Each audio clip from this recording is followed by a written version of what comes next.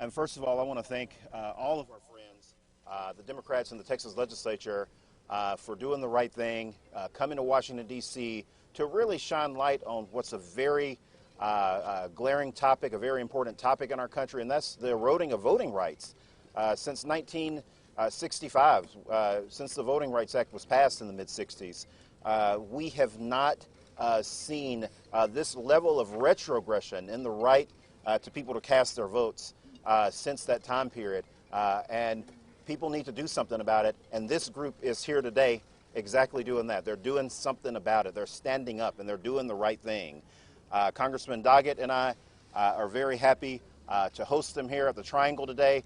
The first person that you're going to hear from is Chris Turner, who's the chair of the House Democratic Caucus in Austin. He represents Tarrant County, but we're happy to have all of these courageous members here today. They made big sacrifices to be here today. These members all come from a variety of different districts. Some of them come from, in D.C., what we will call frontline districts. And they're making a sacrifice so all Americans, regardless of their race, their income, their party affiliation, will have equal access to the ballot. And that is what this is about. Before I turn it over to Chris, would like for Congressman Doggett to also have a few words, and then the next person you hear from after Lloyd will be Chris. We'll wrap this up at the end, but clearly they brought the Texas heat along with the Texas courage. We're glad all of you are out. We are here to honor them and their courage. Their focus not just on what's happening in Texas, but what is happening right over there in the United States Senate. It is a time for bold action, the same kind of bold action and courage we need in the United States Senate and from this administration that these Texas colleagues of ours are demonstrating by their action. Chris, we're so pleased you're here. Thank you for your leadership. Thank you. Thank you. Thank you. Thank you, Congressman Vesey, Congressman Doggett, and our entire Texas congressional delegation, all of whom just do such a fabulous job of representing the Lone Star State here in our nation's capital, fighting for the people of Texas every single day. We can't thank you enough, and thank you for hosting us here this morning. My name is Chris Turner. I am the chair of the Texas House Democratic Caucus. I'm a state representative from Grand Prairie, Texas, in the Dallas-Fort Worth region. As you just heard, more than 50 Democratic members of the Texas House have left Texas to stop Republicans from passing the latest iteration of their voter suppression legislation. And you're going to hear primarily from some of my colleagues today because we have so many strong voices in our caucus. We want to give them the opportunity to speak to the public. But just for everyone's awareness, procedurally how this works is there's 150 members of the Texas House. It takes 2/3 of the body present to constitute a quorum, so 100 members. And we vote in Texas, and we register our attendance by use of voting machines on our desks. And minutes ago, at least 57 letters were delivered to the House Journal Clerk directing the House to lock our voting machines and not unlock them until we provide express permission to do so upon our return to the Capitol. So with that, it's my privilege now to introduce a great fighter, a longtime advocate in the fight for voting rights, my good friend, the chairman of the Mexican-American Legislative Caucus from Dallas, Texas, Rafael Anchia.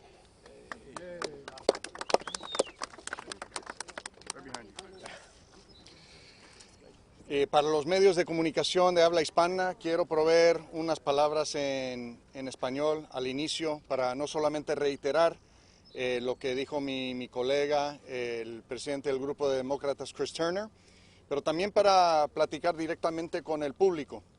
Este grupo de legisladores que representan cada rincón del estado de Texas necesitaban salir desde el principio para proteger el derecho de voto de todos tejanos. No importa si eres hispano, afroamericano, anglosajón, republicano, demócrata, católico o protestante. Nosotros teníamos que salir para proteger el voto. El gobernador Abbott ha intentado desarrollar una agenda anti-inmigrante, anti-hispana, antidemocrático.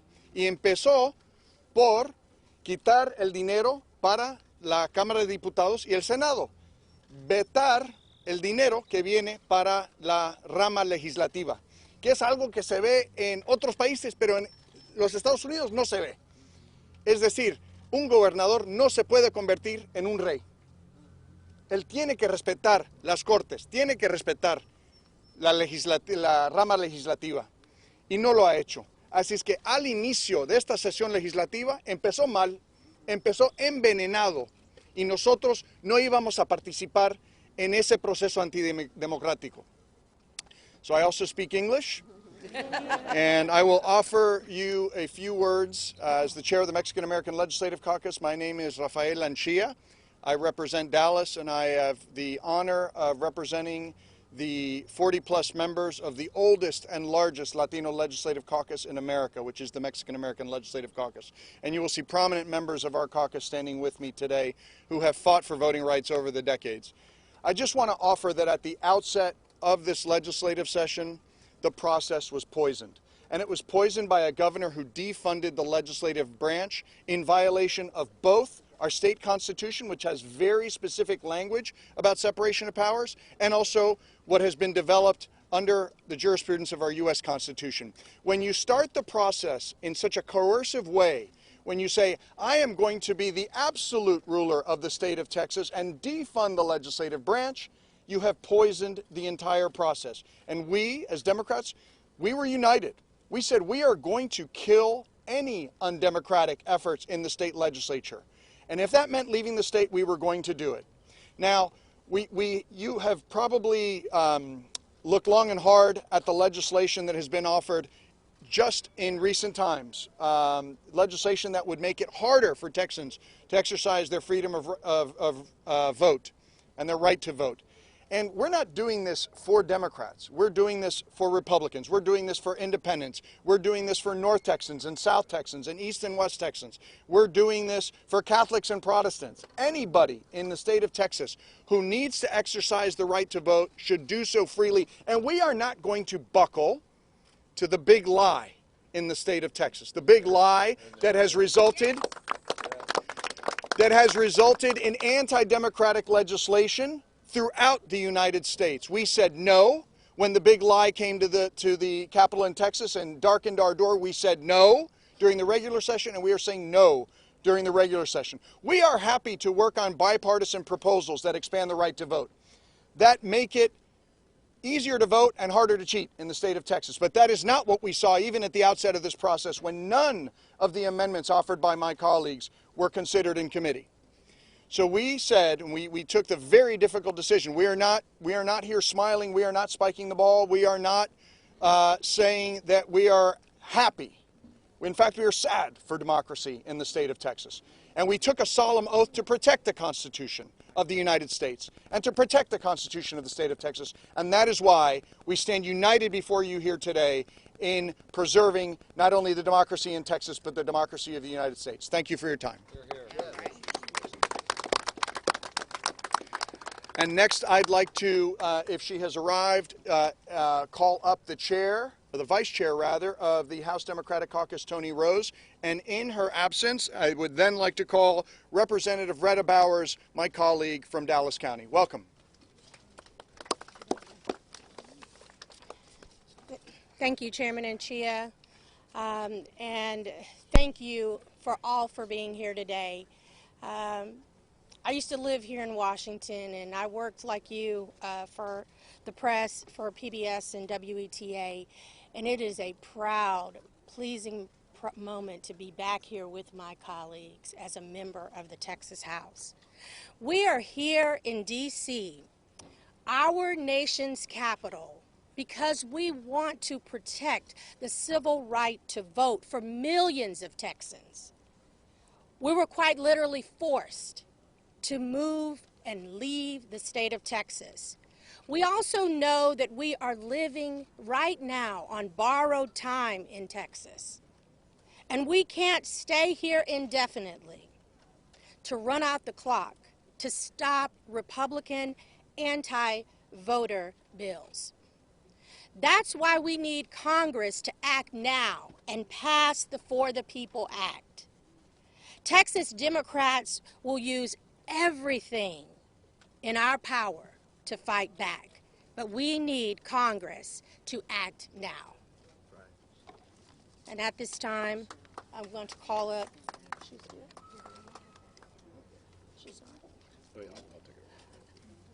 Chairman Turner. Thank you.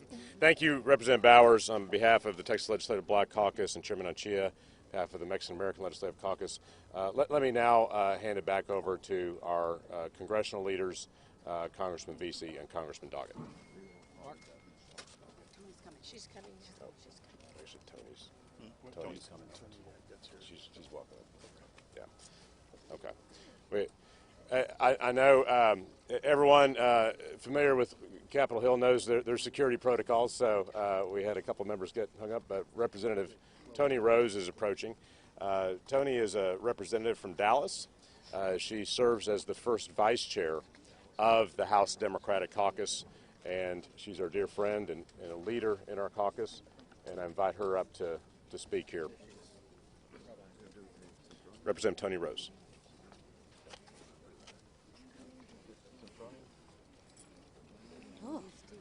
Thank you.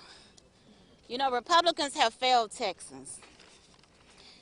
Texas Republicans don't want free and fair elections. House Bill 3 puts deliberate barriers onto voting to make it harder for Texans to cast just a free, safe, and equally vote. House Bill 3 is an attack on voters' freedoms and democracy. Even with two ruthless provisions removed, the bill, as written, makes it harder for Texans to vote and easier for partisan poll watchers to harass and intimidate voters. Right. Greg Abbott wants the spotlight anywhere but on his failures, rigging the system, attacking the very foundation of democracy and the rights of all Texans in the price of the GOP-led legislature. It's the price they're willing to pay in order to pay for Trump's prayer altar. So we have real issues to address in Texas that Greg Abbott won't touch because it exposes his weaknesses. He has done nothing to protect the electric grid, even after 700 people died due to his negligence during the recent winter storms. But Democrats, we stand ready at all times to work on real issues. Right. Thank you. Good job. Tony. And before we hear from our congressional members again, it's my honor to introduce the Dean of the Texas House Democratic Caucus, Representative Sinfronia Thompson from Houston. I'm going to tell you why I'm up here. I'm not up here to take a vacation in Washington, D.C. When I look at the African American Museum, I thought about the struggle of my people fought in this country to get the right to vote. That's right. And that right is sacred to my constituents that I represent back in Houston, Texas. Right. And I'm up here because I don't plan to be a sitting person in that legislature. I'm not going to be a sitting. You ain't no sitting duck. I'm not going to be a hostage. That my constituents' right to be stripped from them. We have fought too long and too hard in this country. And there was a Texan called Johnson, President Lyndon B. Johnson, August the 6th of 1965, that made sure that we had the right to vote. And those rights was not going to be infringed upon. But this legislature may have, these Republicans in this legislature may have changed the Messiah, Jesus, to Trump, but I haven't. And I'm going to make sure that everything that I can do, that my constituents' right would not be stripped from them because of what they believe in is a lie. Trump lost the election. Yes, he did. And they need to tell the people of this country the truth. And if they won't, I'm going to.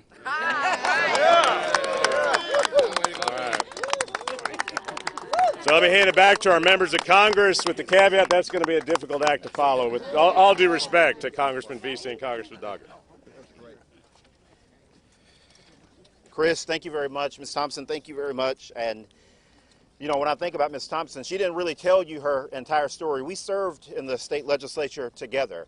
And when she was elected to the state legislature, it was really right after all of the civil rights bills in the 1960s were passed. Shortly thereafter, when state legislators still had to be elected countywide, where we were just getting rid of poll taxes and the barriers that made it harder for people to vote. And it's a shame that today, in 2021, that we are revisiting the past. And that's exactly what we're doing. If they tell you otherwise and they're always, oh, that's nothing, anybody can do that, that's not that big of a deal, it is.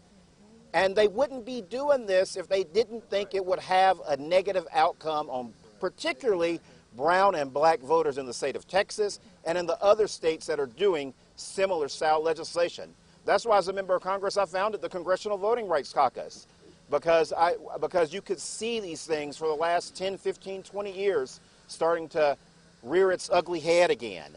And, you know, with that, I want to be 100% clear. Now, not later, not sometime in the future, now, we need to pass the John Lewis Voting Rights Act. Yes. It needs to be signed into law, and we also need to pass H.R. 1. Our citizens can't wait any longer. And I want to echo what our majority whip here in the U.S. House, Jim Clyburn, talked about when he mentioned a carve-out for H.R. 4, the John Lewis Voting Rights Act. If Mitch McConnell did a carve-out for Amy Coney Barrett, then we ought to do a carve-out for the black and brown people that live in Texas and that live in Georgia, that live in Florida, that live in all these states that are trying to make it harder for our constituents to exercise their right to vote.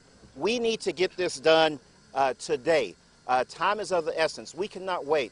States are going to start to ramp up these efforts.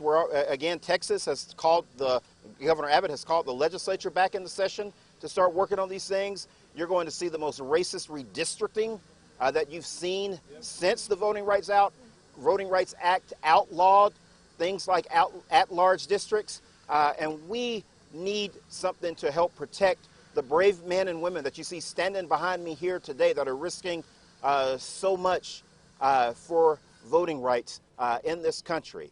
And before I turn it over to Congressman Doggett, I just want Greg Abbott and the Republican leaders in Texas, Florida, Georgia, and anywhere else to know that we are not going to stop. We are always going to push back against these sort of bigoted, racist, Jim Crow 2.0 style voting laws whenever you decide to bring them up. Congressman Doggett. Thank you, Mark. Thank you, Chris, and all of you who have spoken. You know, most of the focus around here these days is about infrastructure. And it's right that we should focus on crumbling bridges. But today we're here about something much more important, and that is the infrastructure of democracy, about broken voting rights. These courageous colleagues chose not to be accomplices by sitting at their desk and being steamrollered in Austin. It took courage to do what they're doing. I served also with Dean Sinfronia Thompson at a time I was a killer bee when 12 of us chose to depart and won a victory on an issue involving election integrity. They have a much bigger challenge because unlike the position we were in decades ago, no matter what they do, Greg Abbott and his group of extremists will never change. What can change is right here in this building. And as Dean Thompson mentioned, what we really need today is a Lyndon Johnson moment. We need the power of the presidency, a great outline in an op-ed in yesterday's Post about other things President Biden can do. We need the president and the vice president and every Democrat in this Senate working together to preserve American democracy. There has seldom been more at stake. That's why they're here. We need to see in the administration and in the Senate the same courage that these Texans have demonstrated, that Lyndon Johnson moment. Remember how difficult it was to pass over so much objection of Voting Rights Act in 1965. When we gathered, Chris, there in Austin, Lucy Baines Johnson was one of our most powerful speakers, telling about standing at the desk when President Johnson signed that Voting Rights Act.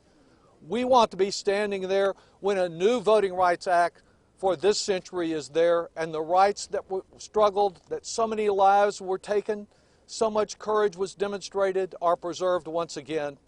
I turn it back over to you for the questions, and thank you very much for all that you and all of your colleagues are doing here today.